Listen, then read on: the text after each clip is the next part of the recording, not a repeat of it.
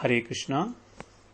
श्री भागवती स्तुति पाठ के अंतर्गत हम आज अक्रूर स्तुति का पाठ करेंगे, जो दशम स्कंध में 40वें अध्याय में और पहले श्लोक से लेकर और 30वें श्लोक तक है। इसमें 30 श्लोक हैं।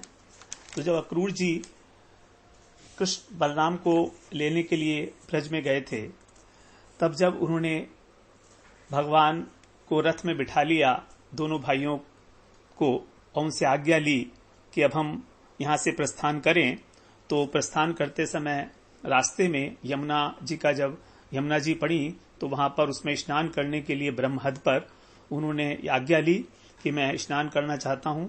तो उन्होंने जल में डुबकी लगाई, गायत्री का जाप किया। दोनों जो अक्रूर जी ने देखा कृष्ण बलराम दोनों जो हैं एक साथ बैठे हुए हैं जल के भीतर भी, लेकिन अब उन्हें शंका हुई कि मैं तो उनको रथ पर बिठा कर आया हूं, तो जल में कैसे आ गए। तो हो सकता है जब यहां पर आए हैं जल में तो रथ में नहीं होंगे, ऐसा सोचकर उन्होंने जब अपना सिर बाहर निकाला यमुना जी से, तो देखा अरे ये तो रथ पर भी वैसे ही बैठे हुए हैं। तो उन्होंने ये सोच के कि मुझे जो जल में देखा था भ्रम रहा होगा, फिर डुबकी लगाई। जब डुबकी लगाई तो फिर दोबारा से उन्होंने वही उनको देखा, भगवान वहां पर शेष जी की गोद में श्याम मेघ घनश्याम रूप से विराजमान है, रेशमी पीतांबर पहने हुए, बड़ी शांत चतुर्भुज मूर्ति है। उनका मुखचंद्र अत्यंत मनोहर, मधुर हास्य, मधुर चितवन, उनकी सुंदर सुंदर भौएं, उनके सुंदर कान, कपोल, लाल लाल अधर, उनकी छटा अत्यंत निराली। देखा भगवान की जो बाहें हैं घुटनों तक लंबी, हृष्ट पुष्ट हैं, वक्षस्थल लक्ष्मी जी का आश्रय स्थल बना हुआ है। अत्यंत सुंदर भगवान का वहां पर उन्होंने दर्शन किया। तो भगवान की जब ये झांकी उन्होंने देखी, तो अक्रूर जी का जो हृदय है वो आनंद से लबालब भर गया और हर्ष से पुलकित हो गए उनका पूरा शरीर। उनके नेत्रों में आंसू उमड़ आए। थोड़ा साहस बटोर कर भगवान के चरणों में सिर रखकर प्रणाम किया और फिर गदगद कंठ से उनकी स्तुति कर रहे हैं। अक्रूर जी यहां पर पहले श्लोक से 40वें अध्याय के पहले श्लोक से 30वें श्लोक तक स्तुति करेंगे। स्तुति में कह रहे हैं अक्रूर जी कि आप तो सभी प्रकृति के आदि कारणों से भी परम कारण हो, आप अविनाशी पुरुषोत्तम नारायण हो। आपके ही नाभि कमल से ब्रह्मा जी का आविर्भाव हुआ, जिन्होंने चराचर जगत की सृष्टि की। मैं आपके चरणों में नमस्कार करता हूं। साधु लोग जो हैं अपने अंतःकरण में आपको अंतर्यामी के रूप में आपके दर्शन करते हैं, और जो बड़े बड़े ज्ञानी हैं वो समस्त कर्मों का जो संन्यास है वो भी आप में करके और शांत भाव में स्थित हो जाते हैं। इस प्रकार से वो ज्ञान यज्ञ के द्वारा ज्ञान स्वरूप आपकी आराधना करते हैं। और जो वैष्णव हैं वो पांचरात्र विधि से तन्मय होकर आपकी आराधना करते हैं। और जो दूसरे लोग दूसरे देवताओं की पूजा करते हैं, वो भी जो है वास्तव में आपकी ही आराधना है, क्योंकि आप ही समस्त देवताओं के रूप में विराजमान हैं। आप ही सर्वेश्वर हैं। जो आपने वेदों को, ऋषियों को, औषधि इत्यादि की रक्षा के लिए मत्स्य रूप धारण किया, उस मत्स्य रूप को मैं नमस्कार करता हूं। मधु कैटभ दैत्यों का संहार किया, उस रूप में हयग्रीव अवतार लेकर, उसको भी मैं नमस्कार करता हूं। कच्छप रूप ग्रहण करके आपने मंदराचल को धारण किया और पृथ्वी का उद्धार करने के लिए वराह रूप स्वीकार किया। इन सबको मैं आपको नमस्कार करता हूं। प्रहलाद जी जैसे जो भक्त हैं, उनका भय दूर करने वाले आप नरसिंह रूप में अवतरित हुए। वामन रूप ग्रहण करके आपने अपने पगों से तीनों लोक नाप लिए, और जो क्षत्रिय घमंडी क्षत्रिय थे उनको जो है, उनको धर्म का उल्लंघन करने वाले, उनको मारकर आपने जो है मारने के लिए परशुराम रूप ग्रहण किया था। तो उस रूप को भी आपको नमस्कार करता हूं। रावण का नाश करने के लिए आपने रघुवंश में राम के रूप में अवतार ग्रहण किया, और वैष्णव जनों यदुवंशियों का पालन पोषण करने के लिए आप ही अब जो है चतुर्भुज रूप में वासुदेव, संकर्षण, प्रद्युम्न और अनिरुद्ध के रूप में प्रकट हुए हैं। मैं आपको बार बार नमस्कार करता हूं। आगे आप दैत्य दानवों को मोहित करने के लिए बुद्ध के रूप में आएंगे, और फिर जब सभी कलयुग के लोग मलेच्छ प्राय हो जाएंगे तो कल्कि के रूप में अवतरण होंगे। मैं आपको सब रूपों को मैं आपके नमस्कार करता हूं। सभी जीव जो हैं आपकी माया से मोहित हैं। यह मैं है, यह मेरा, इस प्रकार के दुराग्रह में फंसे हैं, अनेक अनेक प्रकार के कर्म मार्गों में भटक रहे हैं। इसी प्रकार से मैं भी स्वप्न के समान जो ये देह गेहे हैं झूठे, पत्नी, पुत्र, धन, स्वजन इनको सत्य समझकर उन्हीं के मोह में फंसा हुआ हूं, भटक रहा हूं। और प्रभु मेरी मूर्खता तो देखिए कि अनित्य वस्तु को मैं नित्य मानता हूं, अनात्मा को आत्मा और दुख को सुख समझ लिया है। मेरी उल्टी बुद्धि की कोई सीमा ही नहीं है। इस प्रकार मैं द्वंद्व में रमा हुआ हूं और ये भूल गया कि वास्तव में जो हैं मेरे सच्चे प्यारे तो आप ही हैं केवल। मैं सब प्रकार के ज्ञान से रहित होकर अनेक प्रकार मेरा मन जो है अनेक प्रकार की वस्तुओं की कामना करता है और मेरी इंद्रियां ये बड़ी प्रबल, बड़ी दुर्दमनीय हैं। मेरे मन को मथ कर इधर उधर घसीट ले जाती हैं। मैं मन को भी रोक नहीं पाता। इस प्रकार भटकता हुआ मैं अब आपके चरण कमलों की छत्र छाया में यहां पहुंचा हूं, जो दुष्टों के लिए भी दुर्लभ है।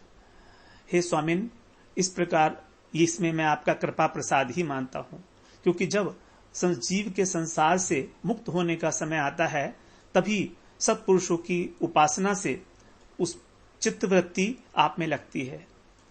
आपकी शक्ति अनंत है, आप स्वयं ब्रह्म हैं। मैं आपको नमस्कार करता हूं। आप ही समस्त जीवों के आश्रय हैं। बुद्धि और मन के अधिष्ठात्र देवता के रूप में प्रद्युम्न और अनिरुद्ध भी आप ही हैं। मैं आपको बार बार नमस्कार करता हूं। प्रपन्नम माही पाही माम प्रभो, आप मुझ शरणागत की रक्षा कीजिए। इस प्रकार से बड़ी सुंदर स्तुति है 30 श्लोकों में।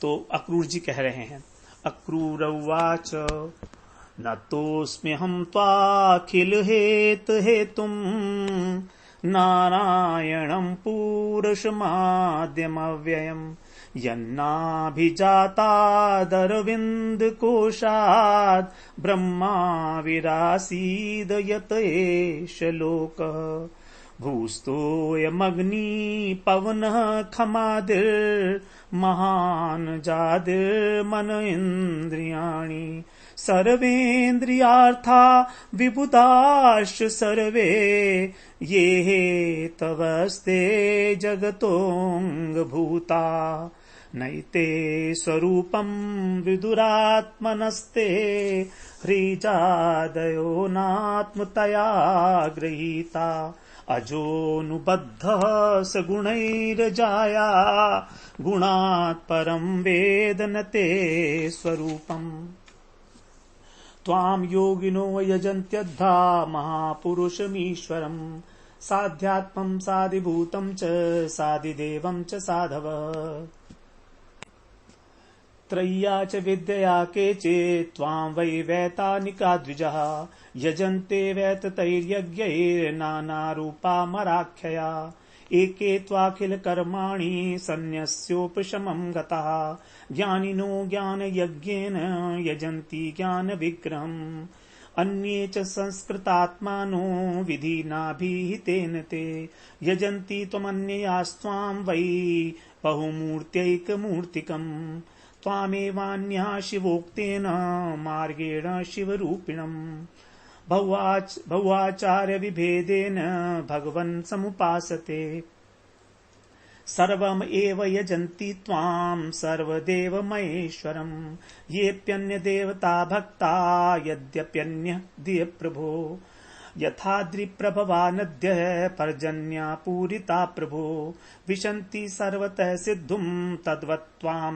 गतयोऽन्ततः सत्वं रजस्तम इति भवतः प्रकृतेर्गुणाः तेषु हि प्रकृता प्रोक्ता आब्रह्म स्थावरादयः तुभ्यं नमस्ते त्वविशक्तदृष्टये सर्वात्मने सर्वधियां च साक्षिणे गुणप्रवाहो यमवेद्यया कृतः प्रवर्तते देवनृतिर्यगात्मसु अग्निर्मुखं तेवनङ्घ्रिक्षणं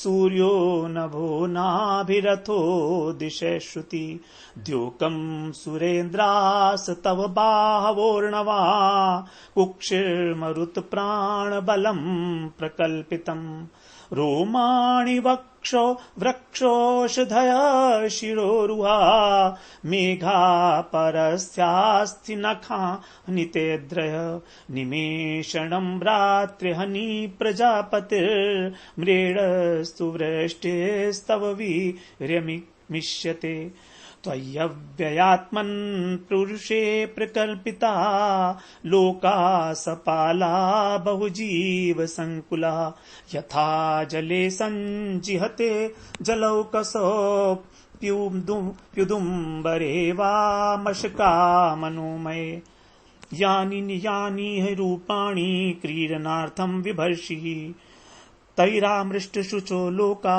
मुदा गायन्ति ते यशः नमः कारणमस्याय प्रलब्धा विचराय च हयशीर्षणे नमस्तुभ्यं मधुकैटभमृत्यवे अकूपाराय बृहते नमो मन्दरधारिणे चित्युद्धार विहाराय नमः सूकरमूर्तये नमस्तेऽद्भुतसिंहाय साधु लोकभयापः वामनाय नमस्तुभ्यं क्रान्तत्रिभुवनाय च नमो भृगूणां पतये दृप्तक्षत्रवनच्छिदे नमस्ते रघुवर्याय रावणान्तकराय च नमस्ते वासुदेवाय नमः संकर्षणाय च प्रद्युम्नाय निरुद्धाय सात्वतां पतये नमः नमो बुद्धाय शुद्धाय दैत्यदानवमोहिने मलेच्छ प्राय क्षत्रहन्त्रे नमस्ते कलकिरूपिणे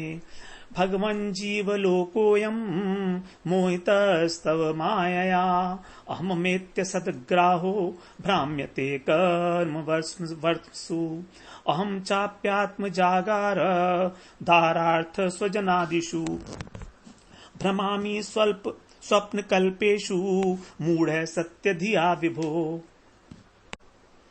अनित्यानात्मदुःखेषु विपर्ययमतिर्ययम् द्वन्द्वारामस्तमोविष्टो न जाने त्वात्मनः प्रियम् यथा बुधो जलं हित्वा प्रतिच्छन्नं तदुद्भवै अभ्येति मृगतृष्णां वै तद्वत्त्वाहं पराङ्मुखः नोत्सहेयं कृपणधी कामकर्महतं मनः रोद्धुं प्रमाथिभिश्चाक्षैर्ह्रियमाणमितस्ततः सोऽहं तवाङ्घ्रियुपगतोऽस्मि सतां दुरापम् तच्चाप्यं भवदनुग्रह ईश मन्ये पुंसो भवेत्यर्हि संसरणापवर्गस्त्वय्यब्जनाभ सदुपासनया मति स्यात् नमो विज्ञानमात्राय सर्वप्रत्ययहेतवे पुरुषेश प्रधानाय